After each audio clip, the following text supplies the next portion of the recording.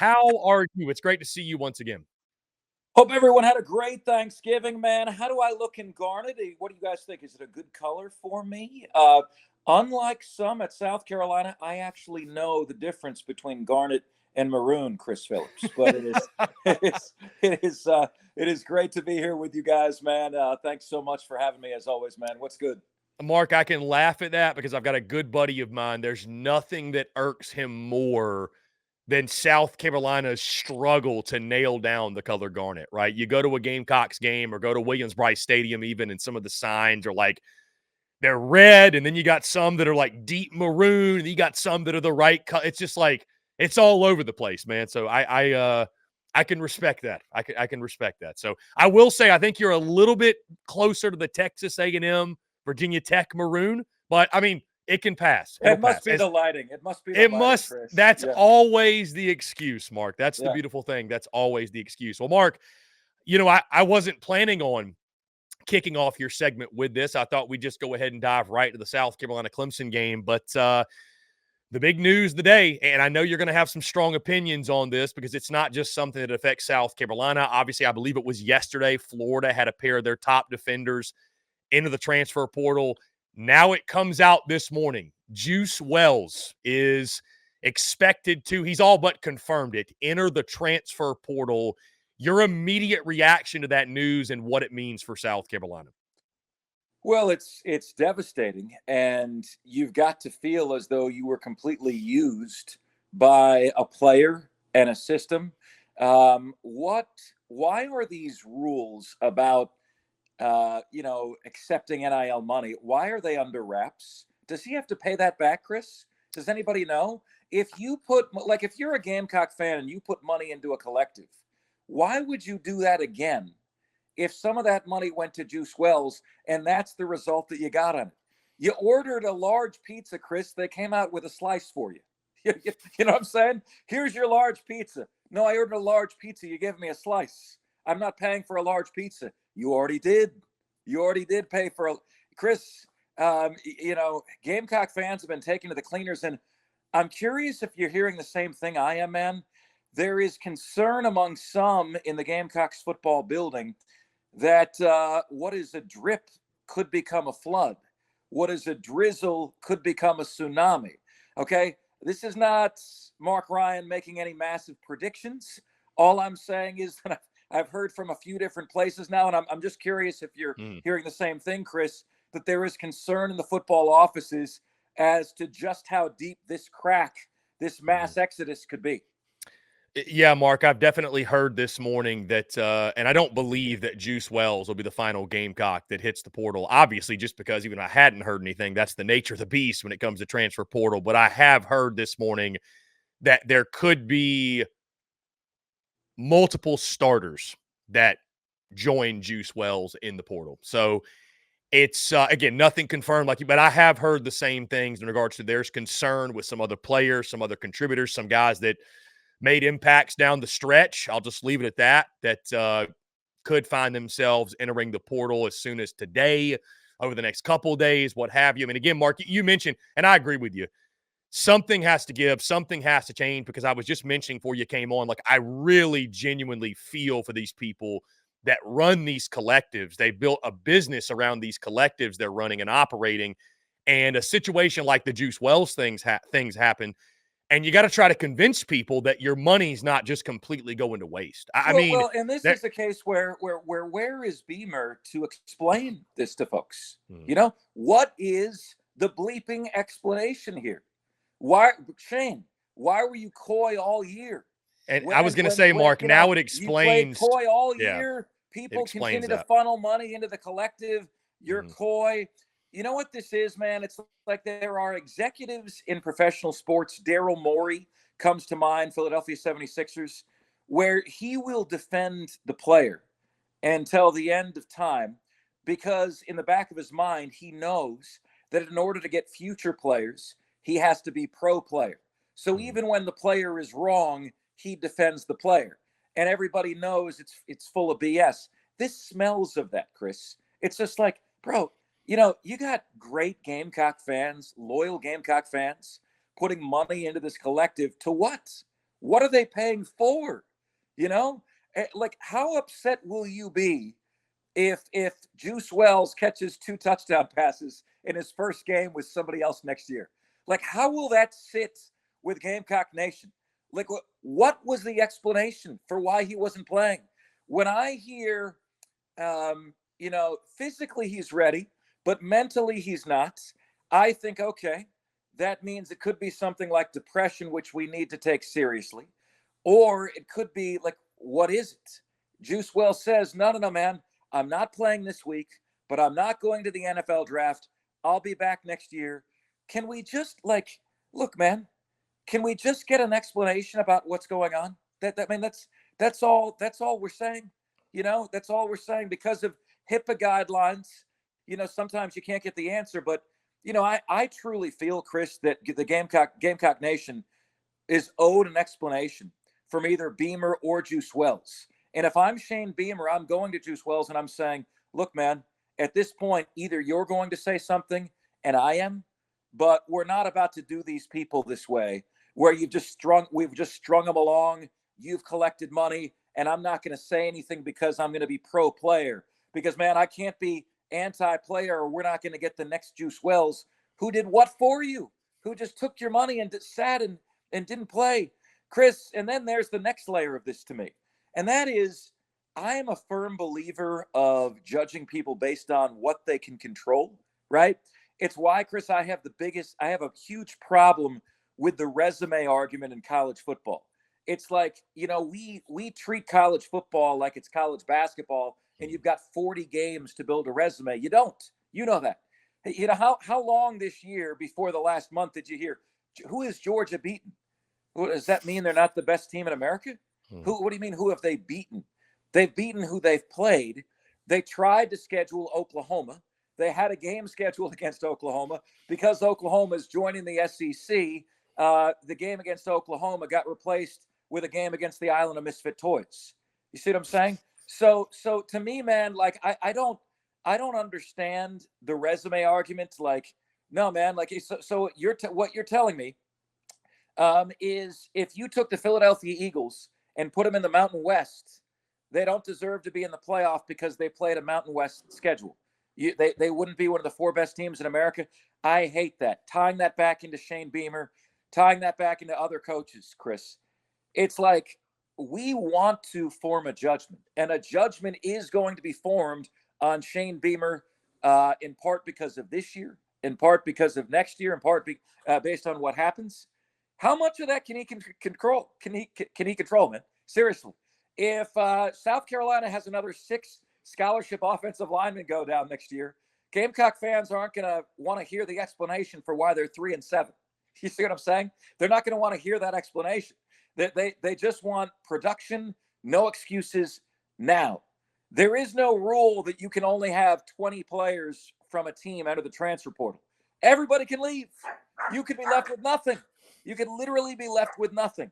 So you realize just how hard it is to become a head coach in today's day and age, because, Chris, you and I are going to have our success or failure numbers. We're not going to bend on those numbers. And then what is going to happen is a bunch of stuff that Billy Napier can't control, that Shane Beamer can't control, all of which points to, man, you got to create something like Georgia's created, like Alabama's created, where players essentially don't want to transfer, right? Like, they know they're in the it spot. Mark, just really quickly, this will tickle your fancy. It's just reported DJ Uiagalelei is also back in the transfer portal. Hey, I mean, I'll just say this. We're going to get off of this. There's a ton to discuss and unwrap, but at some point there has to be contracts, right? Like the way that coaches are incentivized, like the way they're incentive based in their contract. You have to do this to get this.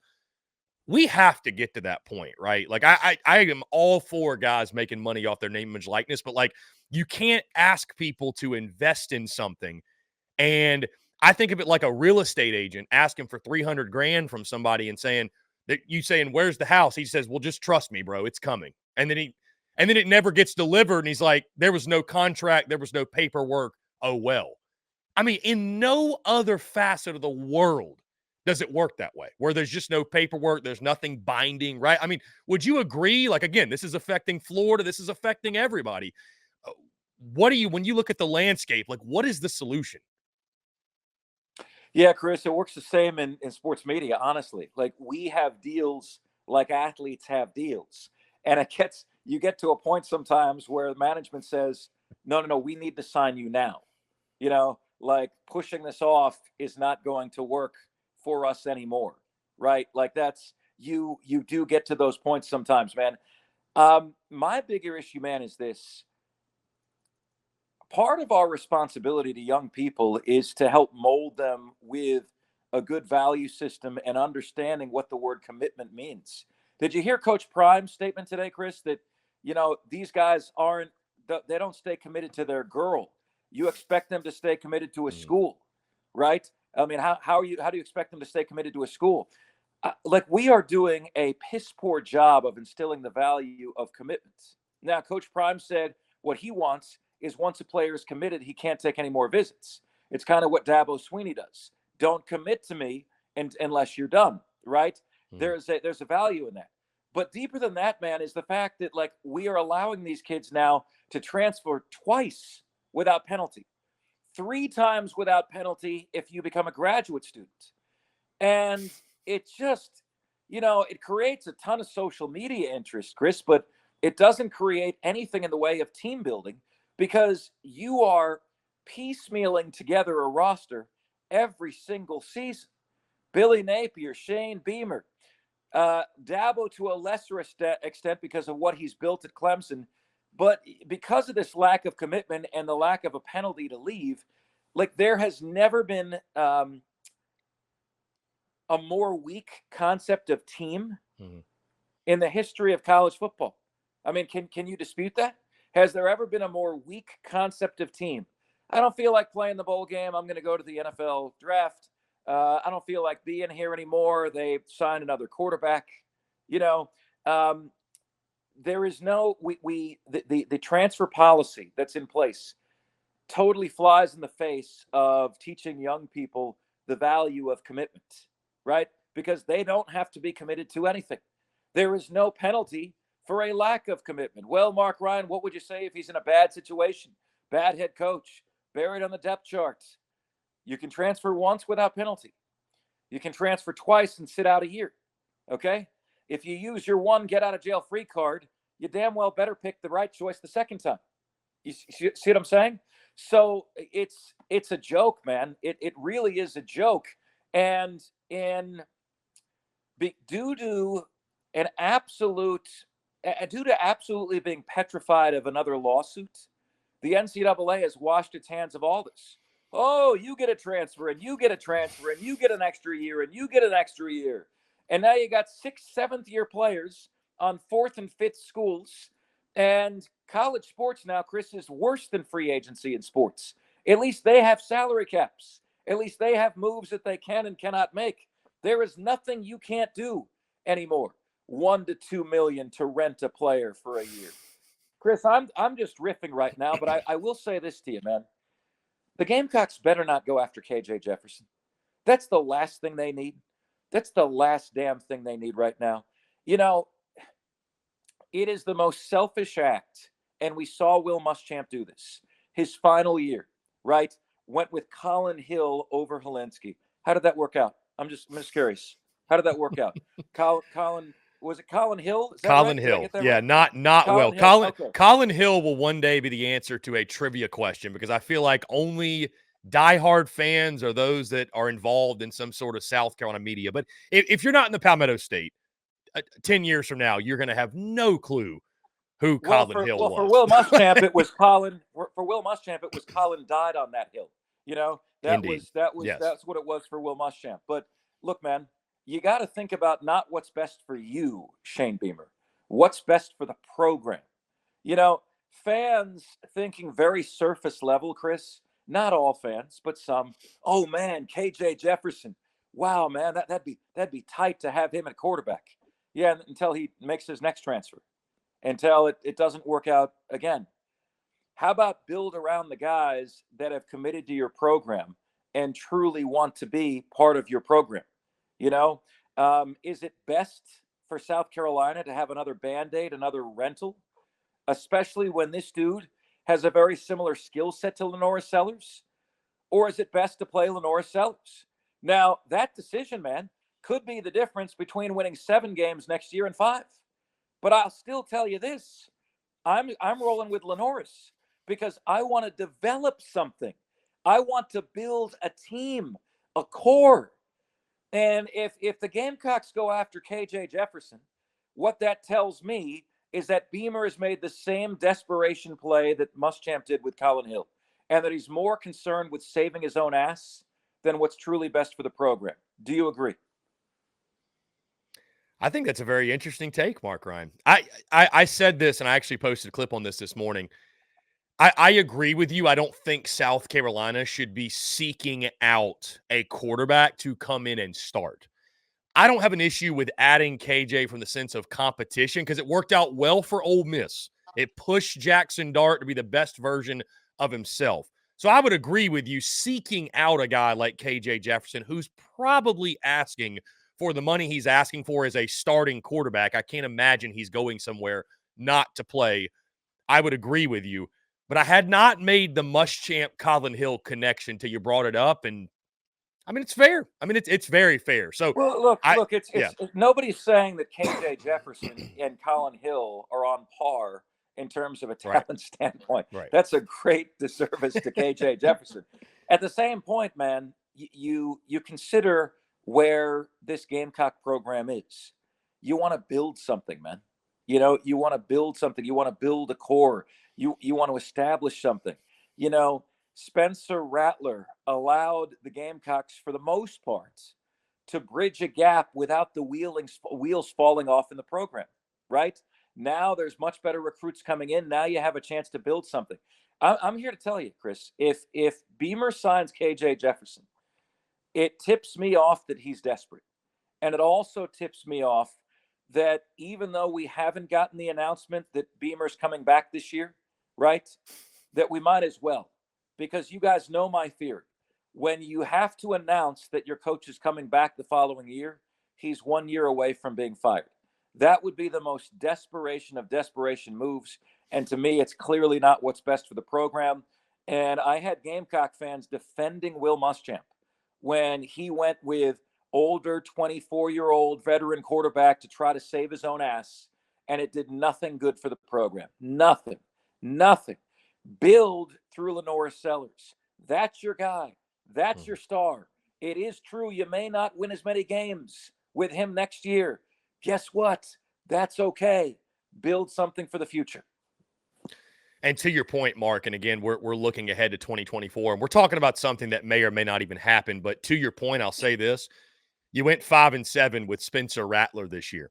If you go 5-7 with Lenora Sellers next year, you can at least spin it as, to your point, we're building a core with our young guys and we're building for the future, and we're going to pop off in 2025. If you go 5-7 with KJ Jefferson after doing that, I don't know. I don't know that you'll be back in 2025. So that could be the implications of that decision. Mark, we've gotten this far and haven't even talked about the game. It's funny, the Carolina-Clemson game kind of feels like the footnote now for some reason because of everything that's taken place this week. I mean, heck, we're not even going to get into Spencer Rattler declaring for the NFL draft. That was news over the last 24 hours. But let's talk about the game specifically.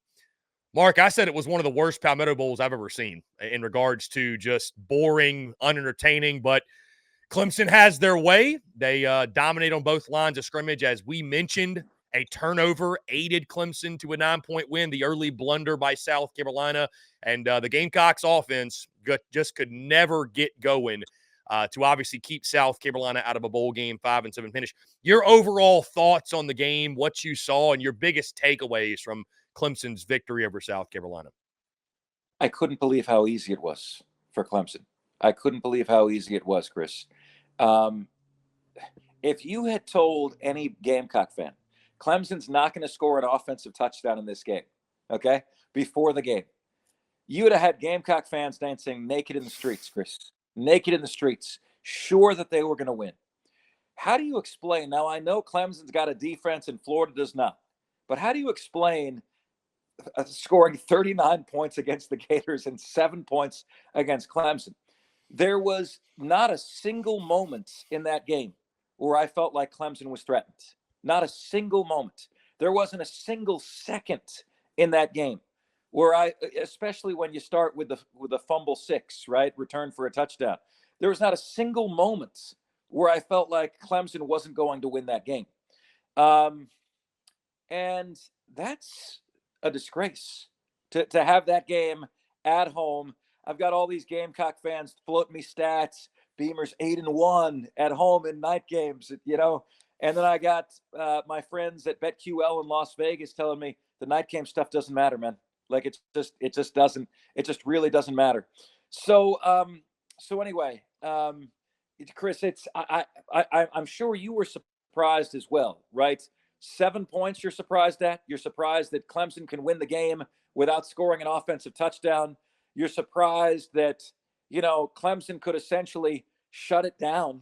They could essentially shut it down. They could run their offense going 30 miles an hour the whole game, in a car that's capable of 120.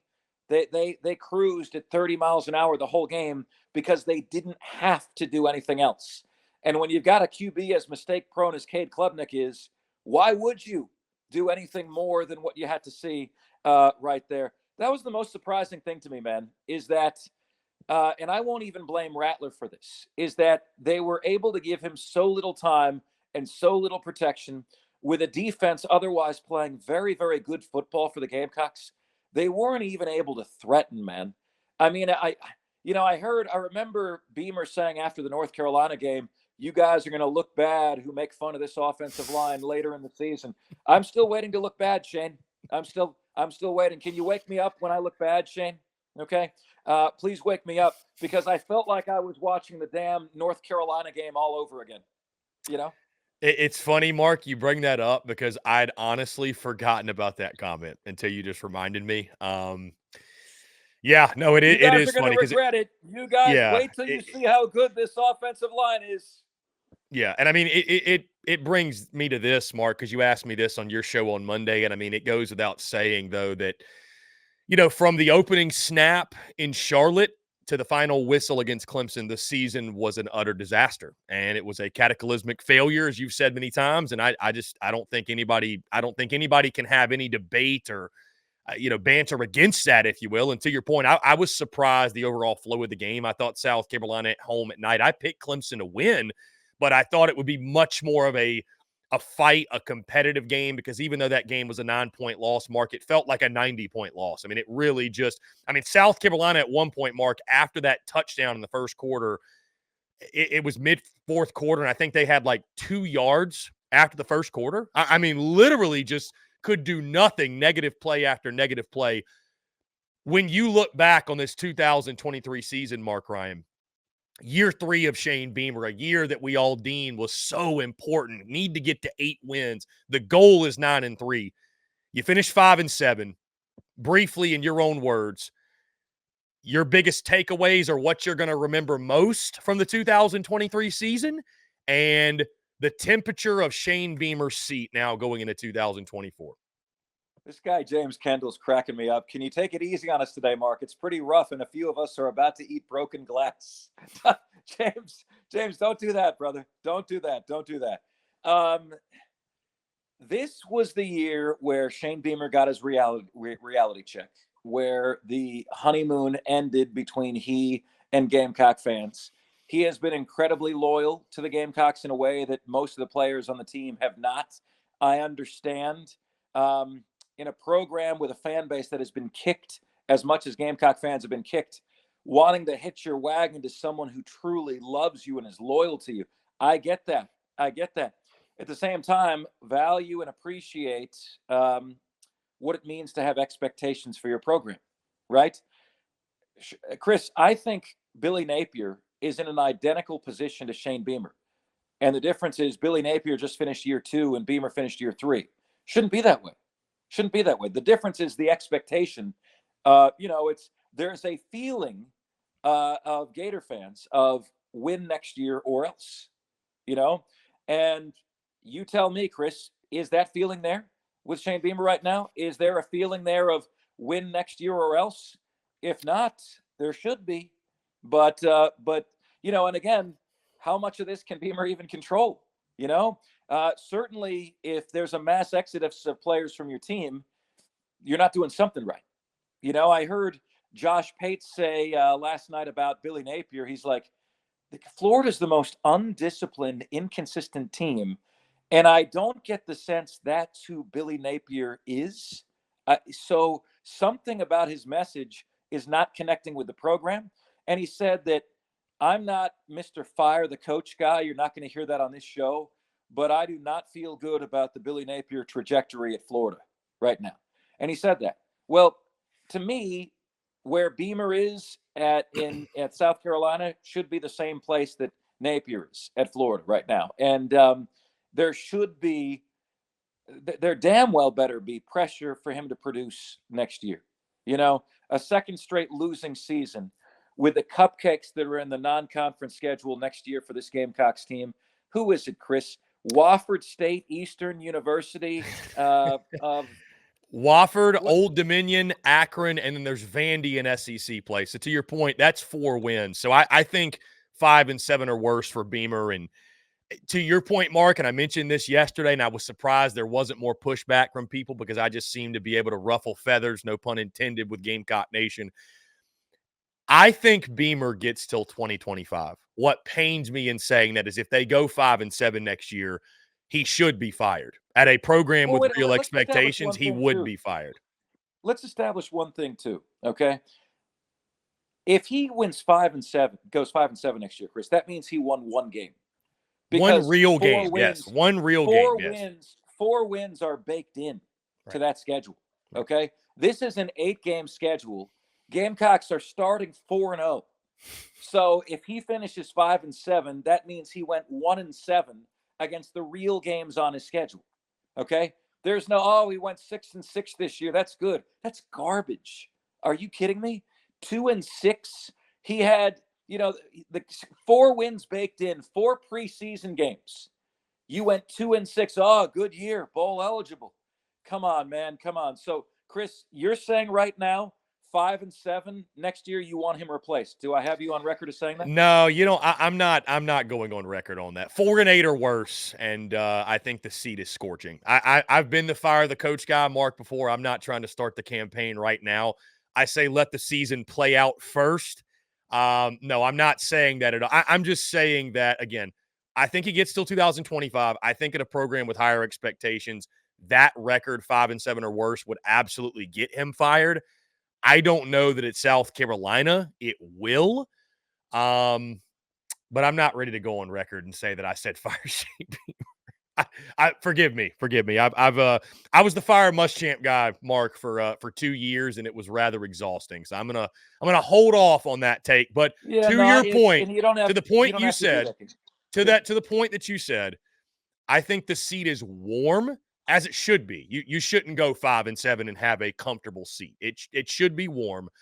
And we said on Monday's show, I think 7 and 5 or better needs to be the expectation 2024. Because, Mark, to be fair, you bring him back after 5 and 7.